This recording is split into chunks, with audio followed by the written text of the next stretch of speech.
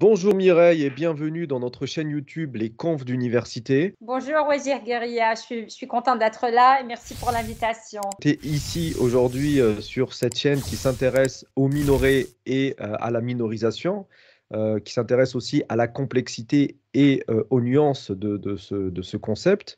Et on va évoquer aujourd'hui une forme de violence dans un espace postcolonial multiethnique où des forces culturelles politiques concurrentes présentent des problèmes spécifiques et urgents pour la femme. Là, je te paraphrase. Alors, j'ai déjà eu l'occasion de le dire sur cette chaîne, hein, ce qui porte préjudice à la condition féminine dans un espace donné finit souvent par porter préjudice à d'autres minorés, hein, du même espace. Et puis l'histoire nous a appris que finalement, se taire et penser que ce qui touche une communauté de minorés ne finira pas par toucher une plus grande partie de la société, c'est se fourvoyer, hein. On a eu l'exemple avec les Gilets jaunes en France qui souffraient des maux sociaux, économiques, etc. Mais ces maux-là ont frappé de plein fouet depuis 30 ou 40 ans les banlieues, avec beaucoup de guillemets.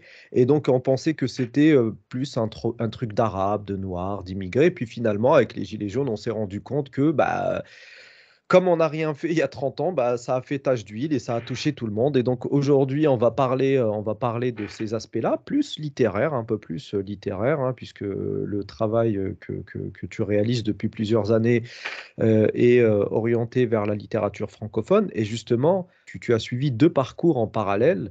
C'est le parcours un peu littéraire, on peut dire, hein, la littérature francophone. Et puis il y a un autre, enfin, qui t'a mené vers ton poste actuel à l'université de Dickinson College. Donc tu es professeur associé à l'université de Dickinson College et tu as aussi un autre versant de ton parcours qui est tu vas nous dire pourquoi, hein, qui peut-être se recoupe finalement au regard des recherches que tu mènes avec ton travail sur la condition féminine dans la littérature, mais voilà, qui peut-être se recoupe. Donc ce travail un peu plus juridique, un peu plus dans le droit, qui a commencé au Liban, qui est passé par la France et qui se termine en apothéose dans une grande université américaine actuellement, puisque tu achèves ton doctorat en droit international. C'est bien ça. Oui.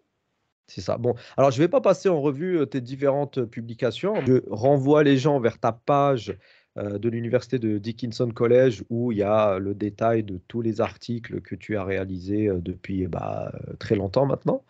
Mais aujourd'hui, on est réunis pour parler de ton dernier livre, Gendering Civil War, Francophone Women's Writing in Lebanon.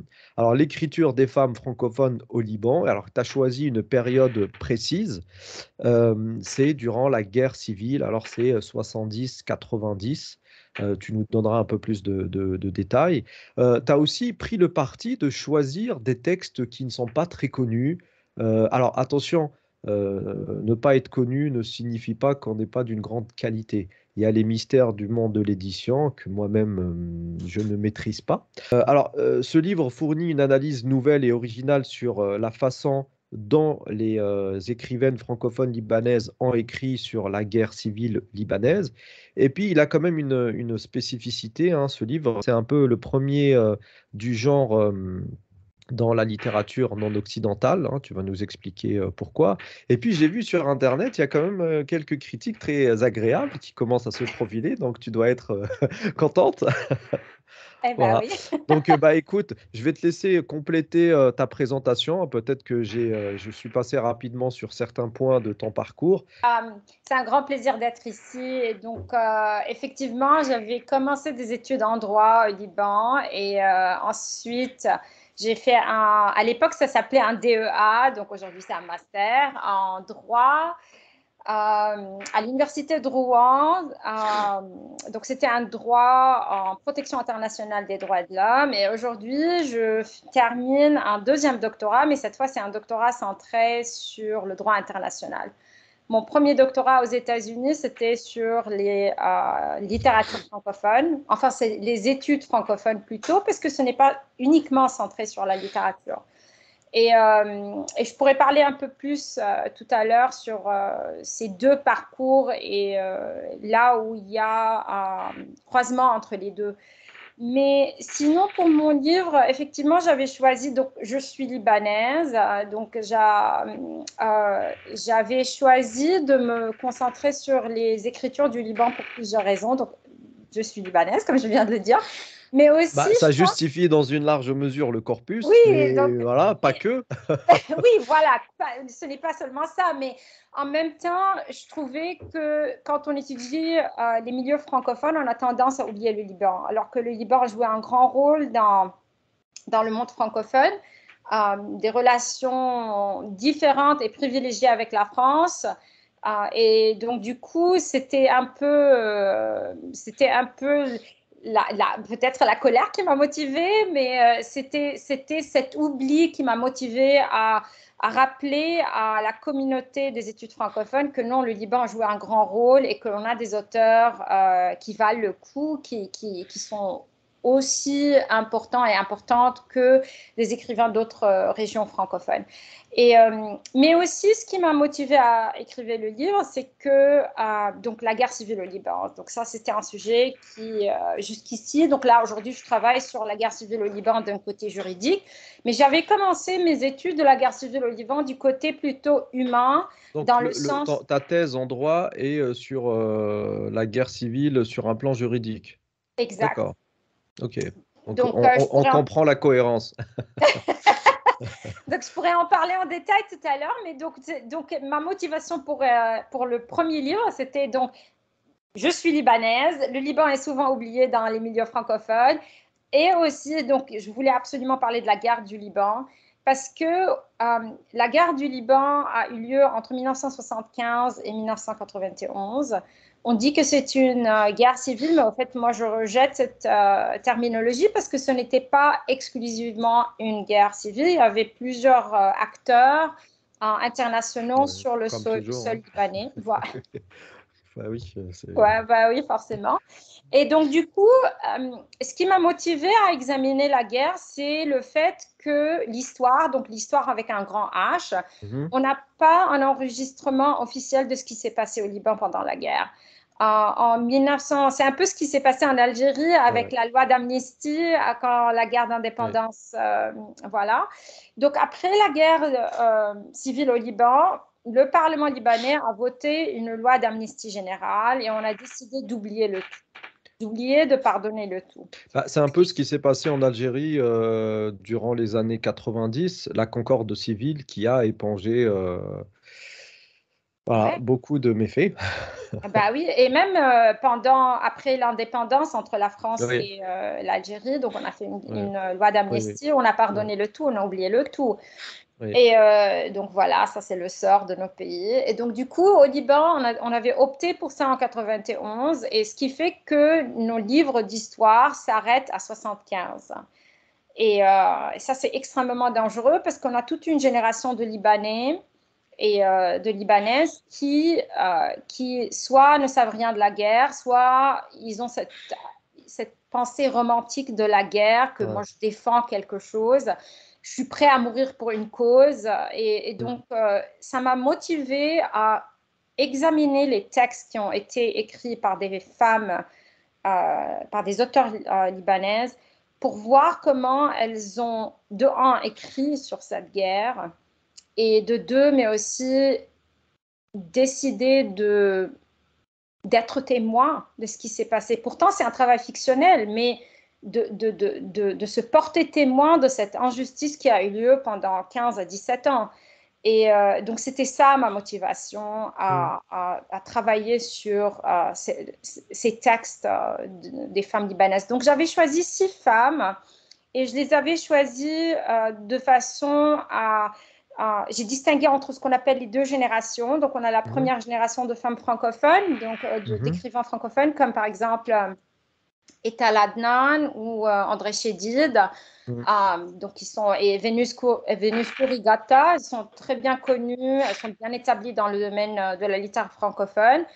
Et puis ensuite, on a par exemple, on a aussi Evelyne Akkad. Et dans la deuxième génération, donc c'est des auteurs moins connus, plus plutôt des voix récentes, plutôt des années 2000. Donc on a Hiam Yared et Georgia Makhlouf. Et donc j'ai fait exprès en sorte de choisir des voix différentes. Politiquement, elles sont différentes aussi, donc elles ont des visions différentes du Liban. J'avais fait exprès pour étudier pour examiner comment elles-mêmes, elles ont décidé de remplir ce vide laissé par l'histoire avec un grand H, grâce à leurs textes. Donc voilà, c'est ce qui m'a motivée à travailler sur cette littérature. Et là, Donc, je reprends la guerre d'un autre angle qui est l'angle juridique. Donc ça, d'accord. Donc, c'est des textes plutôt fictionnels, historiques, sociologiques. Plutôt fictionnel. Certainement, il y a un peu d'histoire dedans, mais histoire dans le sens où il faut savoir le contexte dans lequel le texte se déroule, hein. Sinon, ça va. Bon, on peut toujours comprendre que ce Liban, il y a une guerre, point barre. Mais Donc, toi, tu optes plus pour guerre plutôt que guerre civile. oui, D'accord. ouais. Parce que moi, en tant que Libanaise, j'ai vécu dans des quartiers à Beyrouth il y avait de toutes les religions. Et je peux te dire que c'était la guerre des autres, au fait. C'était jamais la guerre dans mon quartier, dans le sens où j'avais des voisins chrétiens, musulmans, druzes. On s'entendait super bien, on est toujours amis jusqu'aujourd'hui. Donc pour moi, le terme guerre civile, c'est lourd. C'est lourd parce que ce n'est pas vrai. Ce n'est pas que les Libanais qui se sont entretués entre eux. C'est aussi, il y a eu des acteurs internationaux De l'ingérence, disons-le. voilà, donc voilà, il y a eu, je peux les énumérer, mais peut-être c'est pas bas. On va juste dire qu'il y a de l'ingérence. Voilà. Bon. Et donc, du coup, ton doctorat en droit vient compléter cette vision cette vision initiale de l'histoire, un peu romancée, un peu. Voilà. Si on mettait en perspective la condition de la femme libanaise maintenant, par rapport à le sort de la femme libanaise durant cette guerre civile. Est-ce qu'il y a une évolution? Comment toi tu vois les choses sur un plan littéraire et sur un plan sociologique? Disons que sur un plan sociologique, il y a une grande différence parce que pendant la guerre, il y avait toujours ce grand problème de sécurité. Et au Liban, on a tendance à croire, et c'est une pensée erronée, qu'il n'y avait pas eu de viol, par exemple, contre les femmes. On a tendance à croire qu'il y avait ce code d'honneur où les combattants ne touchaient pas aux femmes. Mais aussi, Oui. il y a cette croyance que les femmes n'étaient pas non plus combattantes. Donc, c'est une pensée très erronée et très fausse de la guerre, au fait. Et Bah oui, romancé, comme tu le disais tout à l'heure, romancé, c'est très exactement romancé, ça. On bien a sûr. toujours tendance à penser à la femme libanaise en tant que victime, mais au fait, soit qu'on a tendance à penser à la femme libanaise en tant que femme protégée, même en tant que guerre, soit en tant que victime. Alors qu'il y a de tout, on a de tous les profils. On a la femme combattante, on a la femme terroriste, on a eu des cas de viol au Liban pendant la guerre, et personne n'en parle. Donc, pour revenir à ta question, au point de vue sociologique, je pense que le plus grand problème qui a eu lieu pendant la guerre civile, on est en temps de guerre, on est en temps de violence extrême. Et les femmes ont été touchées, d'ailleurs toute la communauté a été touchée. Aujourd'hui, le Liban, avec l'inflation, avec la dévaluation de la livre libanaise, on a des conditions très spécifiques dans lesquelles les Libanais et les Libanaises ont survécu aujourd'hui. Mais je peux dire qu'au moins, il n'y a pas ce souci de guerre dans la rue, des gens qui tirent dessus. Donc, au moins, il y a ça. Est-ce Alors, que... excuse-moi, je te Non, coupe, c'est peut-être superficiel, mais en parlant de la femme libanaise, il y a, il y a tout un, il y a tout un récit romancé, je disais même, faut dire médiatisé, autour de la femme libanaise qui rentre pas en contradiction avec ce que tu viens de dire, mais c'est une facette de l'identité de la femme libanaise qui n'est pas mise en avant dans les médias. Et souvent, quand on parle de la femme libanaise, eh ben, on a en tête telle chanteuse, telle, voilà, parce qu'elle présente bien, médiatiquement, elle maîtrise cet aspect-là. Et on a du mal à nous représenter cette souffrance. Alors, c'est une bonne chose parce que vous avez peut-être plus que d'autres ou mieux que d'autres tourné la page rapidement. Mais c'est vrai que quand on parle de femmes libanaises, on n'a pas à l'esprit cette souffrance. Oui, et j'avoue, Wesley, quand tu as dit qu'on a tourné la page très rapidement, je trouve que ça, c'est dangereux. Parce Tu qu'une crois? société qui oublie aussi rapidement ses malheurs, c'est une société qui n'a rien appris. Et donc, du coup, au C'est pas Liban, faux. du coup, c'est ça, au Liban, on a oublié rapidement, on a construit rapidement, on n'a pas décidé, on ne s'est pas mis d'accord sur les faits jusqu'aujourd'hui, on ne sait pas qui a tué qui est responsable de quoi. Tiens, Et, ça me rappelle le titre d'un livre qui concerne un autre pays, qui tue qui. Mais bon. ah, Non, mais je veux dire, le problème du Liban, alors c'est pas banalisé que de dire ça, c'est dire que bah, dans beaucoup de pays, enfin arabes tout simplement, pour être globalisant, hein, on va caricaturer, parce que dans le monde arabe, il y a des Amazirs, voilà, oui. il y a beaucoup d'ethnies, mais malheureusement, on fait pas pause et on fait pas le bilan du passé. Et donc, bah, du coup, on ne connaît pas notre passé, on finit par l'oublier rapidement. Peut-être que le cerveau décide d'oublier, ou la conscience collective décide d'oublier pour se protéger. Mais effectivement, si on ne fait pas le bilan du passé, on fera ad vitam aeternam les bêtises du passé. Ah oui, c'est exactement ça. Au fait, au Liban, on a plein de mémoires collectives. Donc, dans chaque communauté, on a des mémoires. C'est comme Pierre Nora disait, les lieux de mémoire. On a des souvenirs, des mémoires qui sont vraiment rattachés aux communautés. Mais on n'a pas quelque chose qui est collectif à tout le monde. Donc, une histoire collective, on n'a pas ça. Ouais. Et pour Mais revenir à... Oui, excuse-moi Mireille, je te coupe. Parce que finalement, on a l'impression de nous connaître, enfin, de connaître les pays arabes oui, depuis l'Europe.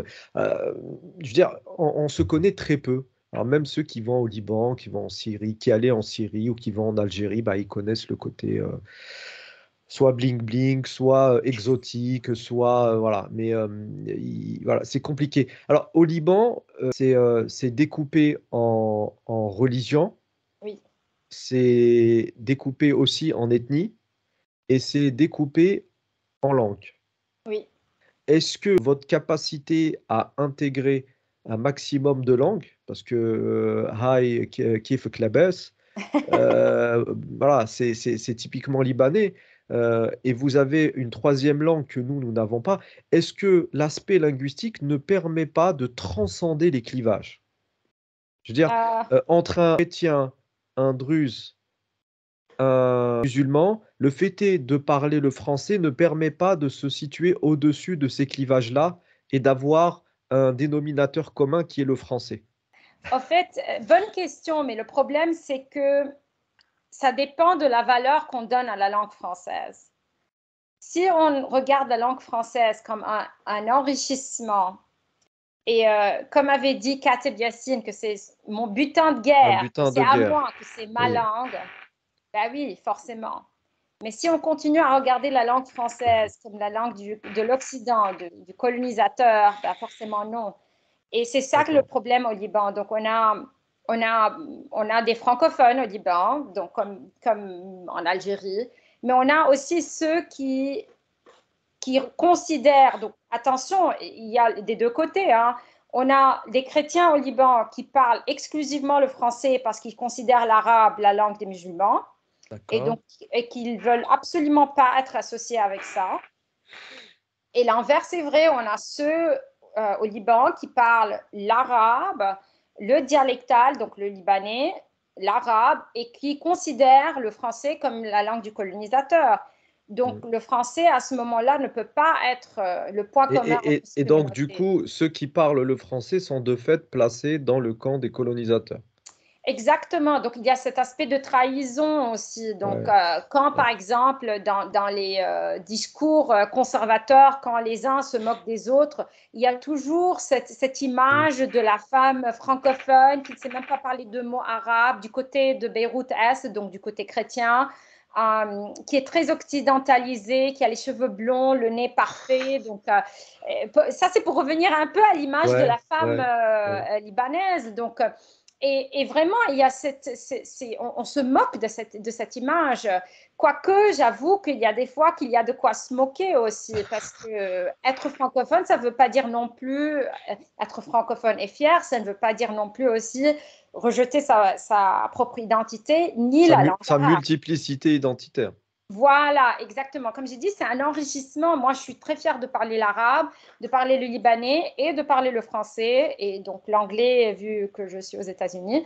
Mais malheureusement, au Liban, il y a cette valeur attachée à ce qu'on parle. Donc, et en tout cas, l'anglais prend le dessus de plus en plus aujourd'hui. Donc, Bah, comme dans beaucoup de pays africains et arabes, l'anglais prend de plus en plus le dessus. Mais bon, alors comme les langues m'intéressent beaucoup et comme on évolue à ouais, travers les langues et on façonne nos personnalités un petit peu dans et à travers les langues, bah, pour les francophones que nous sommes, c'est un peu, je dirais dommage, mais c'est un peu dans l'ordre naturel des choses, puisqu'il y a eu un abondant de la langue française. Je ne sais pas si tu as entendu parler de cette loi qui fait que les étudiants étrangers paieront plus cher leurs oui. inscriptions en France.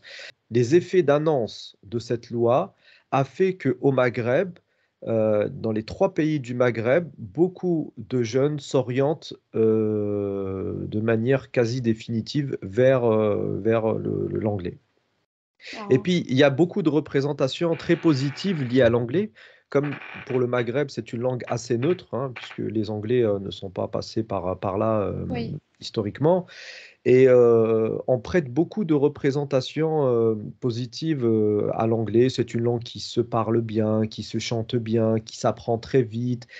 Et même par rapport aux professeurs, hein, souvent les professeurs d'anglais sont beaucoup plus appréciés humainement que les professeurs de français à qui on prête pas toujours vrai, hein, des stéréotypes voilà, un Oui. peu fermés sur.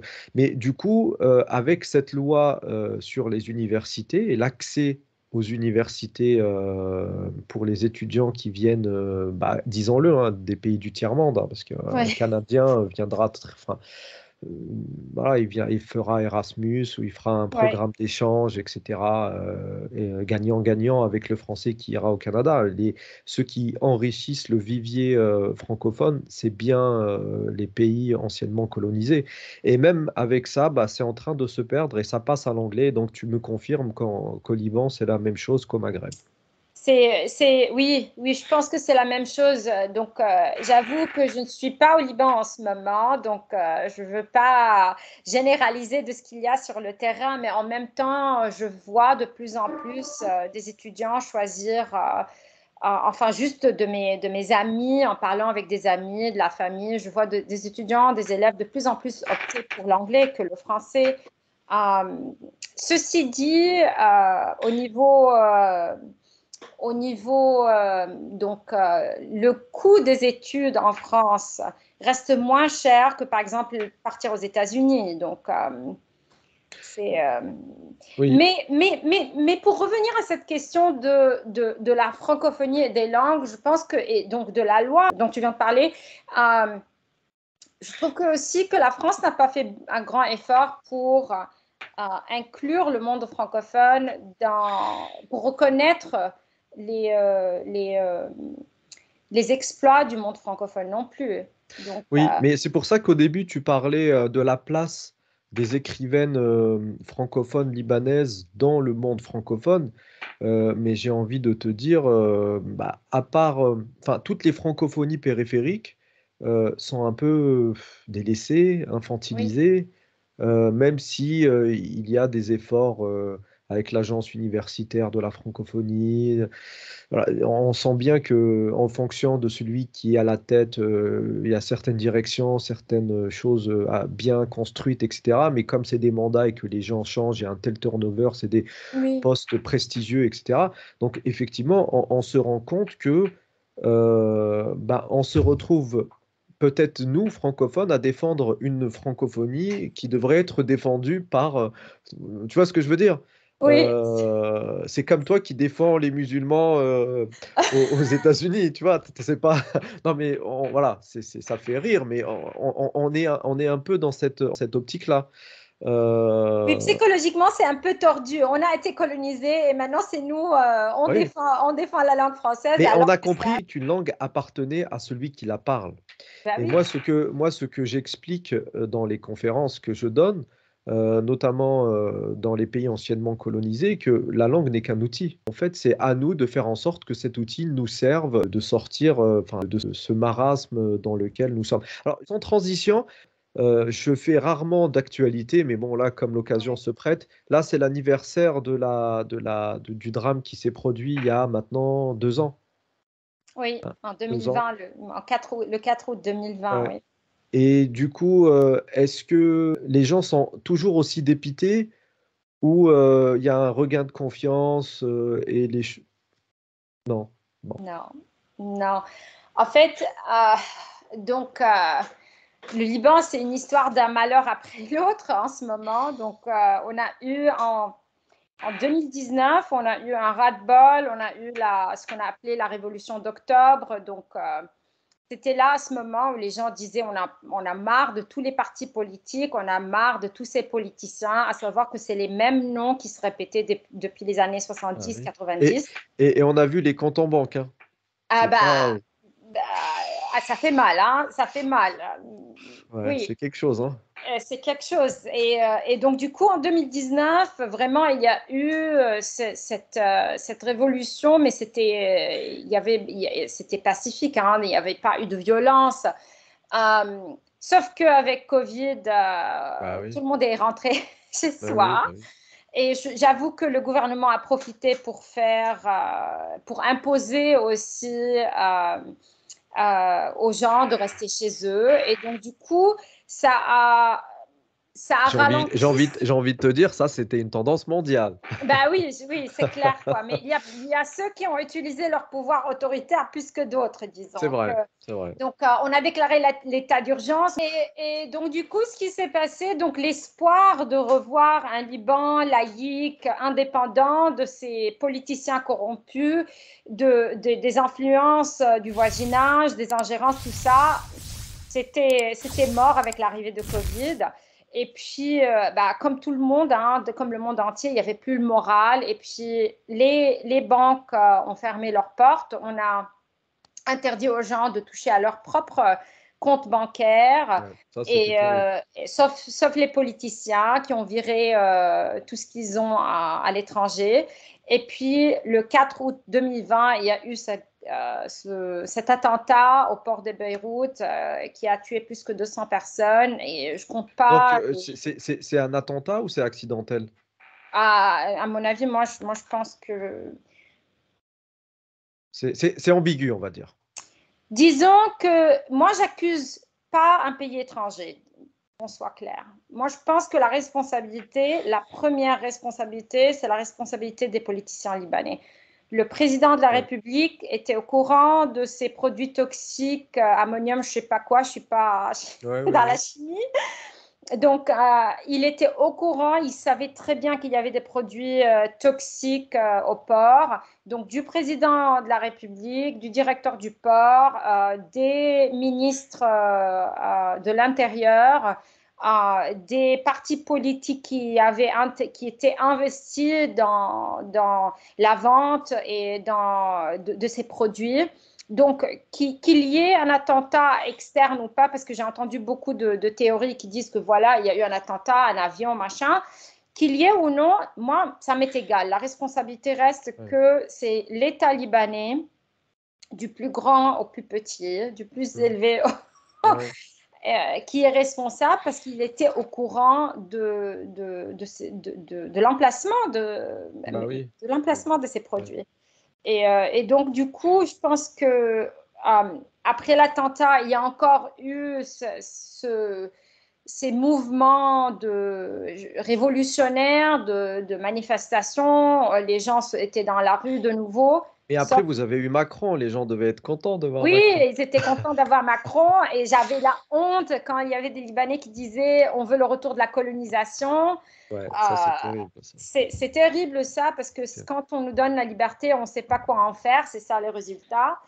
Et donc du coup, il y a eu cet espoir que ça va mener quelque part, que ça va être voilà la dernière chose avant une grande révolution. Et ben non. Et je ne peux pas blâmer les Libanais parce que quand on est pauvre, quand on est occupé à chercher le pain, à chercher l'essence, on ne s'occupe plus de la politique. Et je peux te dire que les Libanais, beaucoup de jeunes Libanais ne rêvent plus. Ce qu'ils rêvent, le seul rêve qu'ils ont, c'est de quitter le Liban. Ouais. Oui, bah, j'ai envie de te dire, c'est un rêve partagé par beaucoup, hein. Et depuis l'Occident, on peut se sentir offusqué d'entendre ça, mais on ne peut pas leur en vouloir parce que bah, ils peuvent nous dire, bah, vous-même, vous êtes dans cette situation, donc vous ne pouvez pas nous jeter la pierre. On a parlé de la femme libanaise. Oui. Et donc de l'évolution de la femme libanaise dans cette situation politique complexe, donc durant la guerre tout court. Et actuellement, dans mes cours, je dis toujours aux étudiants que c'est facile de regarder les pays du tiers-monde, hein, surtout les pays arabes, et de dire « Ah, les pauvres, elles n'ont pas leurs droits, tout ça », parce qu'on a l'impression qu'on a beaucoup de droits aux États-Unis. Mais en fait, quand on gratte, c'est des droits, soit que c'est vraiment au niveau superficiel. Certainement, je peux mettre ce que je veux en termes de vêtements, je peux manger ce que je veux, mais c'est ce qu'on appelle aussi, c'est du néo-féminisme, dans le sens où c'est un féminisme qui... C'est dans le sens où on a l'impression qu'on a fini avec la bataille féministe, qu'on a eu nos droits et qu'on peut rentrer chez nous. Et ça, c'est une mentalité très erronée, au fait. C'est faux. Parce que voilà, avec la nouvelle décision de la Cour suprême, on s'est vite rendu compte qu'on n'a pas fini avec le féminisme, que les droits de la femme aux États-Unis sont fragiles et qu'il y a encore du chemin à faire. et que la démocratie n'est pas acquise, n'est jamais Non, acquise. certainement pas. Moi, je suis fasciné par certaines personnes quand tu attires leur attention sur certains abus politiques, juridiques, on te dit, ouais, mais quand même, on est en démocratie.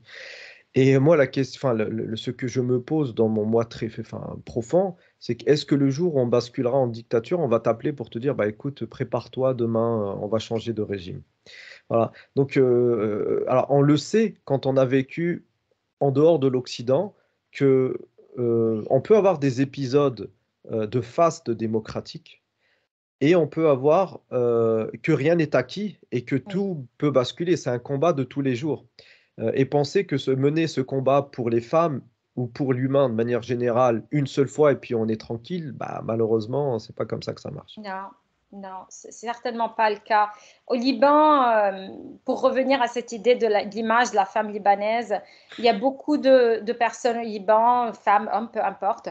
On a tendance à croire qu'on a nos droits. Et donc, du coup, quand on parle des droits de la femme arabe, on a tendance à mettre l'image de la femme libanaise comme la femme qui a eu tous ses droits, alors que ce n'est pas le vrai. Oui, peut-être il y a plus de liberté au niveau vêtements, peut-être il y a plus de liberté dans le sens sortir en boîte de nuit, consommation d'alcool. Mais moi, je considère... C'est une liberté de façade, quoi. Voilà, exactement. J'allais dire que moi, je considère ça une fausse liberté, une liberté superficielle. Parce que ceci, à savoir que je ne dis pas que les gens ne doivent pas consommer d'alcool ou pas, oui, ils peuvent faire ce qu'ils veulent. Mais le problème, c'est qu'au Liban, par exemple, on ne se pose pas la question sur le rôle de la religion et les droits de la femme, par exemple. Les tribunaux religieux et les droits de la femme, le divorce, les enfants après le divorce, l'héritage, tout simplement le droit à la citoyenneté. Par exemple, moi, je suis mariée et mon époux n'est pas libanais. Je ne peux pas donner la citoyenneté libanaise à mon fils. Donc, pour moi, c'est ça la vraie liberté. Oui. Je pensais que tu ne pouvais pas la donner à ton époux. J'allais te dire, bon, ça existe dans d'autres pays, ça aussi, je sais. Mais à ton fils, oui, là, c'est un peu plus... Non, non. Et donc, du coup, parce que c'est un pays patriarcal par excellence. Et donc, du coup, on a cette tendance à croire que, oui, grâce aux vidéos de chanteuses libanaises, qu'on a la liberté de faire ce qu'on veut, mais ce n'est pas vrai, parce que pour moi, la vraie liberté, c'est la liberté juridique, c'est la liberté dans le droit qui me garantit des droits égaux aux autres citoyens de mon pays, alors que ce n'est pas le cas. Pour revenir aux États-Unis, je peux te dire que oui, on a des libertés plus aux États-Unis qu'au Liban, que par rapport au monde arabe, ça c'est certes, mais cela ne veut pas dire qu'on est à égalité entre hommes-femmes, par exemple. On est loin de l'être. La preuve en est la décision tout récente de la Cour suprême avec le détournement de la jurisprudence sur le droit à l'avortement, par exemple. Donc, et là, on parle même de changement de la loi sur le mariage homosexuel, par exemple. Donc, on est loin d'avoir... Et c'est l'initiative du président sortant, c'est ça? Oui, en fait, le président sortant, donc président Trump et son parti politique, le Parti républicain, et c'est sous la pression des chrétiens conservateurs, notamment les évangélistes. Évangélistes, ok. Donc, du coup, ce que le président Trump a fait, il a remplacé des juges de la Cour suprême, donc soit qui ont pris la retraite, soit par décès, par des juges extrêmement conservateurs qui sont connus pour leur position. Donc, ils ont eu des... et ce qui est dommage parce que la loi est censée être neutre, mais ce n'est pas le cas. Donc, c'est des juges qui sont connus pour leur position plutôt stricte sur des sujets en ce qui concerne l'avortement. Oui, il les a pas choisis, ils n'ont pas été choisis par hasard. Non, ça c'est clair, quoi. Ça c'est clair. Et donc du coup, avec leur accès à la Cour suprême, ça a fait que, et on savait que le droit à l'avortement va arriver à la Cour suprême, voilà. Donc du coup, c'est clair que c'était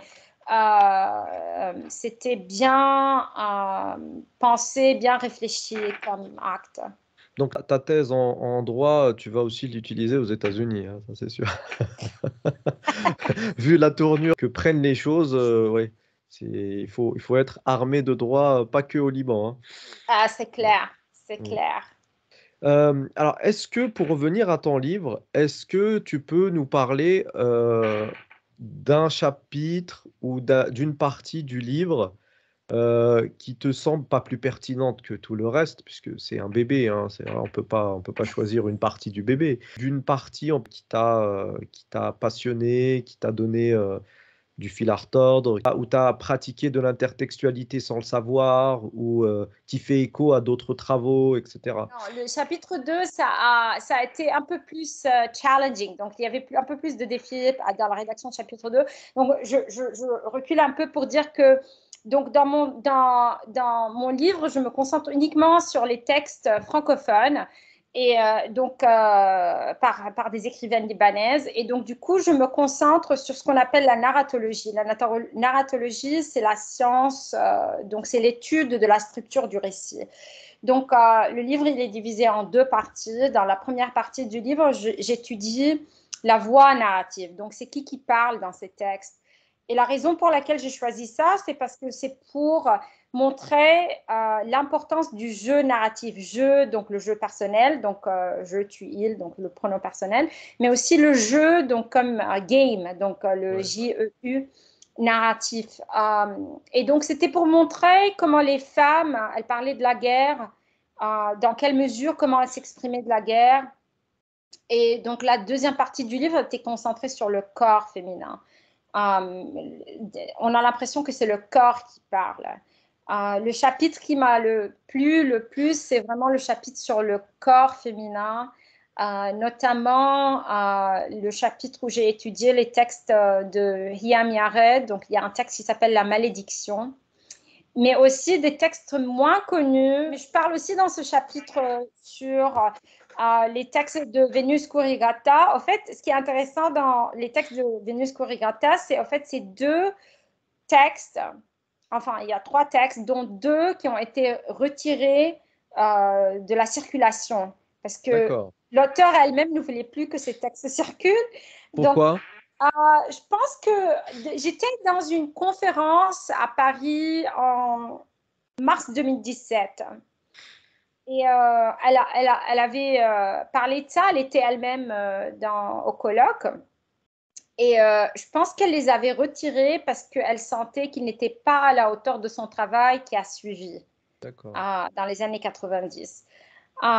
Donc, je parle du corps féminin dans le sens pour dire que ces femmes ont écrit sur la guerre à travers le corps de la femme. Donc, le corps de la femme, c'est la métaphore de la guerre civile. D'accord. Par exemple, dans le texte de Hiamiare de la malédiction, il y a ce corps féminin qui est malade, qui souffre d'une maladie qui est anorexique, boulimique, donc ce n'est pas clair parce que c'est un corps fictionnel, mais c'est un corps qui se déclare la guerre à soi-même, parce que c'est ça D'accord. l'anorexie, c'est une Oui. guerre interne. Et donc, du coup, en lisant ce texte, on voit ce parallèle entre le corps de la femme, le corps de la femme qui souffre, le corps de la femme malade, le corps de la femme, c'est un corps burlesque qui n'a aucun sens. Euh, on voit le parallèle entre un Liban en guerre où on comprend rien Mm. et un corps malade où c'est un corps en fait, qui va à En sa souffrance. souffrance, mais son autodestruction aussi. Oui. Donc, j'ai vraiment aimé la deuxième partie. Enfin, j'ai aimé le tout, comme tu as Oui, dit, oui, c'est bien mon sûr. bébé. Mais cette partie de mon analyse où j'examine le corps féminin par rapport à la guerre et ce parallélisme entre la femme, corps et pays, euh, ça m'a vraiment. J'étais plus motivée dans ma rédaction, ou plus alerte peut-être, mais c'était mon D'accord. travail sur lequel j'étais le plus passionnée. Voilà.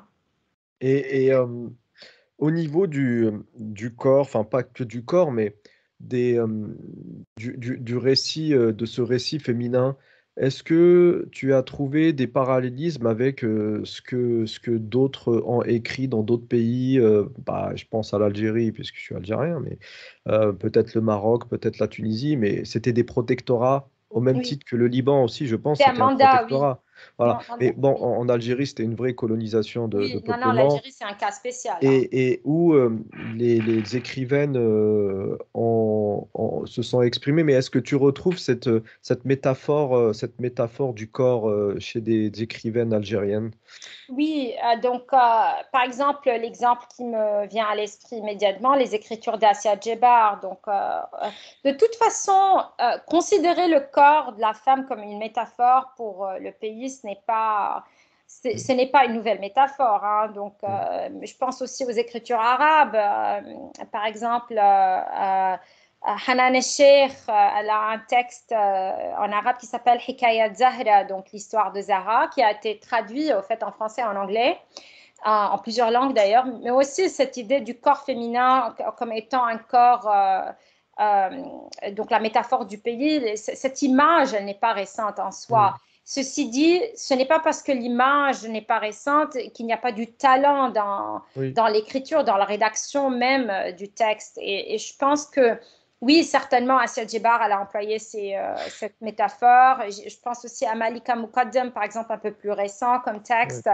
Mais il reste qu'il y a toujours cette senteur libanaise qui est dans la rédaction. À savoir que certaines écrivaines, et d'ailleurs je pense que aussi Asya Djebar, elle a fait ça, il y a ce que j'appelle le franc banné. Il y avait des termes, on écrit en français, mais il y avait des termes, quelques termes ici et là, c'est du libanais, surtout entre couples, les termes d'amour, les termes entre mère-enfant. Donc, il y a certainement cette touche à la libanaise, quoique l'image est la même. d'accord. Bah, écoute, ça a l'air passionnant, hein. De ce que j'ai lu, moi je pense que ça va beaucoup intéresser les chercheurs, les étudiants, et puis les passionnés de littérature de manière générale. Est-ce que tu as d'autres projets de rédaction en ce moment? Oui, en fait, je travaille justement sur mon deuxième texte, mais plutôt juridique. Cette fois-ci, D'accord. je ne sais pas si on veut rentrer dans le politique parce qu'en fait, ça parle de l'état du Liban, le terrorisme au Liban. Donc, je ne sais pas si c'est peut-être pas sur cette chaîne, mais Eh ben si, parce que figure-toi qu'on a eu une première conférence sur la radicalisation et on a parlé de terrorisme avec Dounia Bouzar et une autre conférence avec un Canadien, Gilbert McLaughlin, où on parlait aussi de radicalisation et de terrorisme. Donc, tu vois, d'accord, ah, t'es dans d'accord. le temps encore, ça va. Peut-être qu'il faut faire un colloque là-dessus, mais Ouais. donc du coup, oui, je travaille sur un deuxième projet, c'est certainement juridique hein, du côté international, du côté du droit international, où j'examine le concept de qu'est-ce qui fait un État, donc un État dans le sens juridique, et j'examine la question juridique enfin, c'est celle de savoir si le Hezbollah au Liban, c'est l'État libanais. Et ça, c'est une question, j'examine ça de point de vue juridique. Est-ce que le Hezbollah est l'État libanais, Oui. pas est dans l'État libanais? Mm, mm. Est-ce qu'il est l'État libanais en soi? Donc, Oui. en gros, tous les ministres, les députés, ils sont là pour rien. Bah, ça dépend. Si cette théorie est confirmée, enfin, Donc, on peut dire que le Liban est sous occupation iranienne. Donc là, il y a tout un statut juridique qui va suivre. Ça va d'accord. déclencher des lois, par exemple les lois qui s'appliquent en temps d'occupation. Est-ce que le Hezbollah est l'État libanais? Donc là, ça va avoir des conséquences graves parce que à ce niveau-là, le Liban entier en tant qu'État est un État terroriste. Est-ce que le Liban, il y a de la complicité à aider une organisation terroriste? Et là, ça déclenche la responsabilité juridique de l'État libanais. Donc, il y a plusieurs niveaux de... J'examine ça, pas pour dire forcément que l'État libanais est le Hezbollah, mais j'examine cette relation entre État libanais et le Hezbollah d'un côté juridique pour voir quelles sont les conséquences de chacune de ces théories. Et donc, affaire à suivre parce que je suis Ah à oui, mon chapitre 3. c'est intéressant, c'est Chapitre intéressant. 3, j'ai 9 chapitres, donc j'ai du chemin encore, mais Bah bon, écoute, j'espère finir d'ici l'été prochain. bon courage et puis tu reviendras avec plaisir sur notre chaîne pour en parler. Merci. Puis ça fera la suite, la troisième conférence sur la radicalisation, le terrorisme. Et alors, juste pour finir, c'est intéressant que tu parles de l'Iran, puisque depuis l'Algérie, depuis la France, on voit pas très bien la mainmise de l'Iran sur le Liban. On voit d'autres pays, pour ne pas les citer, parce que c'est pas le but, mais l'Iran, on le voit pas. C'est pas un pays où on se dit, bah, c'est évident, bah, il y a l'Iran derrière tout ça. Voilà. Alors que selon ton hypothèse, Bah oui, parce que l'Iran, c'est le pays qui finance le plus le Hezbollah, à savoir que même si le Hezbollah a ses propres moyens de financement, que ce soit au Liban ou à l'étranger, l'Iran hmm, reste le pays qui finance le Hezbollah. d'accord. Et ils le disent carrément, hein, c'est pas moi qui invente. Même le secrétaire général du Hezbollah, donc Hassan Nasrallah, il le dit carrément. Quand on parle, par exemple, quand il y a eu beaucoup de la révolution d'octobre, quand on disait qu'on a marre de la corruption au Liban, il a fait, donc le secrétaire général, a fait une intervention télévisée pour dire moi, tout l'argent, tout le budget du Hezbollah vient de l'Iran. Donc, ce D'accord, n'est oui, pas. il y a pas de mystère, oui. Et non, il n'y a pas de mystère. Et donc, forcément, tout ce qui est militaire, tout ce qui est salaire, ça vient de l'Iran. Si j'ai bien suivi un peu l'histoire contemporaine du Liban, beaucoup de Libanais soutiennent Hezbollah. Au fait, ça, je pense que Ou le aussi, soutiennent parce que il est le dernier rempart contre certaines tentatives d'invasion. Euh, oui et non. Donc, je ne peux pas nier qu'il y a une partie de la population libanaise qui soutient le Hezbollah. Et ça, c'est à cause, le Hezbollah a remplacé l'État libanais dans beaucoup de D'accord. services et pendant des années et des années et des années. Donc voilà, quand il y a un État qui ne fait pas ses devoirs et Ouais, voilà, il y a quelqu'un qui le remplace. Et donc forcément, il y a cette communauté qui soutient le Hezbollah parce qu'en échange, ils ont plein de services.